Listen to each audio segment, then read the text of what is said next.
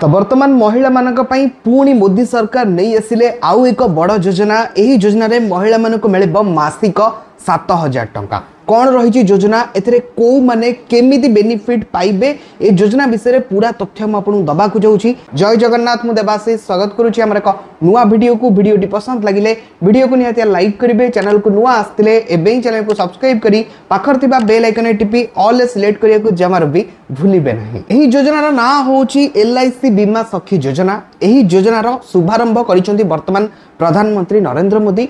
एही योजना अधीन रे चयन होइतिबा 10म पास महिला को मासको 7,000 टंका दरमा सहित कमिशन मध्य दिया जिवो। एतिसह सेमानकु 3 वर्ष पर्यंत दिया जिवो बीमा एजेंट तालीम। एही योजनार उद्देश्य होउची महिला मानकु आत्मनिर्भरशील कराइबा। 18 वर्षरु आरंभ करी 70 वर्ष बयस पर्यंत जे कोनोसी महिला एथिरे आवेदन करि परिबे।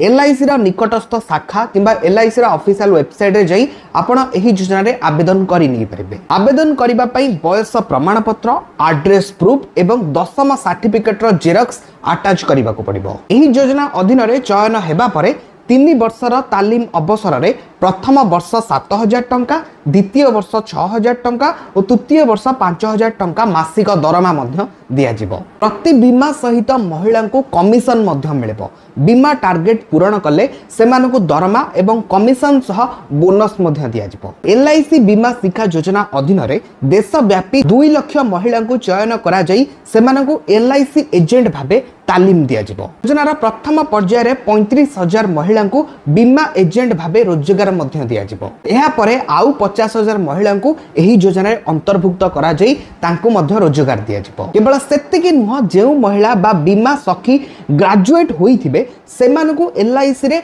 डेवलपमेंट ऑफिसर भाबे मध्य कार्य करिबाकू सुजोग दिया जिवो। किंतु जानकंतु कोनोसी LIC एजेंट बा कर्मचारी संपर्क ए योजना रे अंतर्भुक्त करि परिबे नाही।